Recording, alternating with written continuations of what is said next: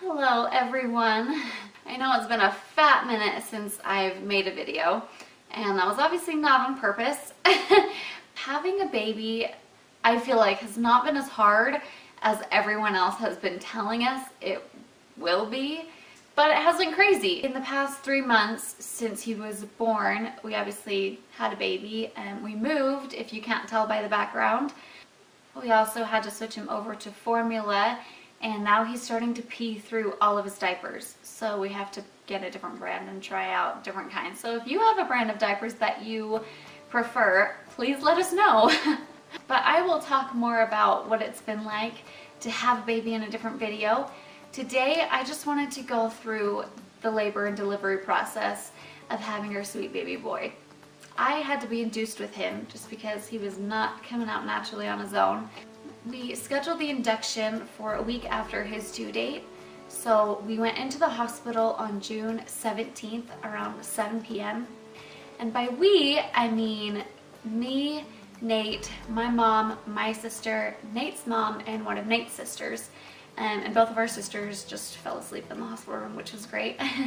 Our moms stayed up for pretty much all of it, I think, kind of helping me through the contractions and just, making sure everything was going great. So when we were getting checked in the hospital, the nurses came in and were talking to us about the schedule and what to expect, and they mentioned that they were going to put me on a certain medicine for that night and then start the Pitocin the next morning. However, that's not what our doctor told us. At our last doctor's appointment, she said that because my cervix is already very much effaced, that we should just start the Pitocin right away. So we talked to the nurses and they had to call the doctor to confirm, but they did start the Pitocin. And if you haven't seen any of my previous videos or anything, I did want to do a natural labor. So I did not have an epidural at all. So I definitely felt everything. And I tried to do hypnobirthing. I really tried, but that just did not work. The only thing I took from that was breathing. Like, I really tried to breathe consistently and steadily throughout each contraction and everything. So when they started me on the Pitocin, they explained that the highest it goes to is a 20. And normally most people are at a 4, but with me they started me at a 2. Yeah, the contractions started right away and they were very consistent. In fact, a little bit into it, the nurse had to come in and be like, I'm gonna knock you down to a 1 because I guess the contractions can't be faster than 90 seconds apart because the baby has to breathe, and during a contraction the baby can't breathe at all. So they were starting to be like on the line of 90 seconds. So she dropped the Pitocin down to a 1 level. A little bit later, she bumped it up to a 3 and then eventually took it off, unbeknownst to me. I thought the Pitocin was going through my IV the entire time until I was actually in labor and pushing, and the doctor told me that I hadn't been on Pitocin for hours, that it was all my natural body taking over, which I really liked. I like to know that I'm able to do it even if it didn't naturally start on its own. And like I mentioned, I did not have an epidural, but I do have to admit that I did take medication. I think it was when the Pitocin was at a 3 level that it was hurting. And if you ask Nate for this side of the story, he'll tell you that I yelled and was freaking out. I don't remember it like that, but I don't know. So I did ask for something, if they had anything else other than an epidural. So they did put me on a pain medication through the IV. I don't remember what it's called. And it kind of was like ibuprofen in a sense, where I can still feel everything that's happening, It didn't numb anything at all. It just made it so it was more bearable for me. But once that wore off, I asked for it again. They said that normally they don't do it if you're 6 centimeters dilated. And I was right at 6 centimeters, but they were nice enough to give me one more dose, one more round. So I had 2 hours of, a little bit painless contractions. So that was really, really nice to just kind of have that break. And I was able to rest. I don't know if I actually went to sleep during those 2 hours, but I was able to close my eyes and rest when I wasn't contracting. While I was going through the contractions, you know, you always hear everyone say, you know, walk around or use the exercise ball or something.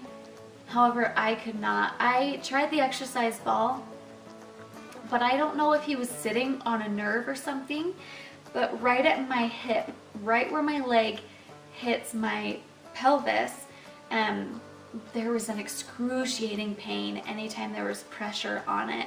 And that happened several times, like towards the end of my pregnancy, but really during that labor, I could not put any pressure on it. Even getting up to go to the bathroom, it hurt so bad, more than the contraction did. So I just laid in bed the whole time. Once my body was 10 centimeters dilated, the doctor came in and had to break my water manually. All of our family members went out the room except for Nate, and he stayed in holding my hand the whole time and just talking me through it, helping me to breathe. And that was the morning of the 18th, so that next morning. Now once my water was broke, the contractions started happening like right after the other. However, there was something off with my cervix, so they couldn't have me push yet. So they put me into this peanut ball, which was the worst thing in the world. It's just this huge exercise ball that you have to sit sideways on, but they had me on that, and they actually gave me an oxygen mask because the contractions were coming so fast. They were concerned about oxygen getting to the baby. So I was in the oxygen mask, you know, sitting sideways on the bed with my legs out, trying to breathe through the contractions, and all of a sudden, I just had to push.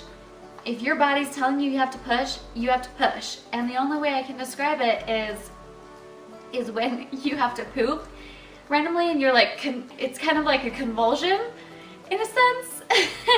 But that's what was happening. And Nate was there, my sweet husband. One of my hands was holding his and the other hand was holding the bed rail, and I was like, I have to push, I can't stop it. So Nate ran out into the hall to get the nurses, and they run in and they're like, no, you can't push yet. They actually tell me because the cervix is twisted, or I don't know if he's twisted or something, but they said if I push then my cervix would get swollen and we'd have to have a cesarean section. And that's obviously not what we wanted at all. So the nurses told me to breathe out like I'm breathing through a straw, and every time I feel like I need to push, I have to go. Right before the nurses left the room to have me, you know, keep going through the contractions, they said that they'll come back in 5 minutes. So the whole time I was looking at the clock because the clock was on the wall right behind Nate. And right when it hit 5 minutes exactly, I yelled at Nate again, was like, get the nurses! Like, I cannot stop from pushing. This is so hard to breathe through it. I actually told Nate that I'm gonna push whether the nurse is here or not, so you better get them. So he immediately ran out and all the nurses ran back in, as well as the doctor, and they said everything was fine and I was able to finally push it out. Push this little guy out.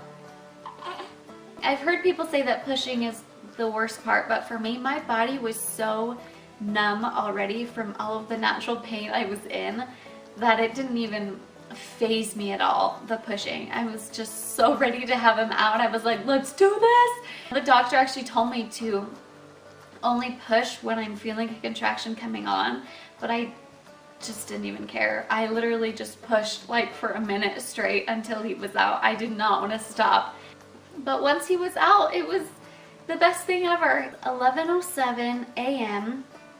Monday, June 18th, 2018, that our little Parker French was born. Now right when he was born, Nate went with him to be weighed and be measured while they were stitching me up. I had a 2nd-degree tear, but my doctor actually said it was better than most people. So I don't know what most people have. Then they moved me over in a wheelchair to our recovery room, I guess. I don't really know what it's called. But that's where, you know, all of our family and friends could come in and see Parker and visit him for the first time. We had him sleep in the room with us that night, but he was totally fine. Like, the hardest thing for sleeping wise was the nurses and doctors that kept coming in and waking us up, like to get his stats, you know, to check his blood pressure and everything, as well as for me. They still had to check my blood pressure and do all of that. But we wanted to be checked out early, as early as possible, and that was 24 hours after he was born. I want to apologize again for having this video come out so late, but now that we are more settled in and we have more routine and schedule going on, I do plan on posting videos once a week again and give you guys more of a glimpse into our life with a newborn. Thank you so much to all of you guys for your support and just all of your helpful advice and tips throughout the way. We really do appreciate it. We hope you have a splendid day.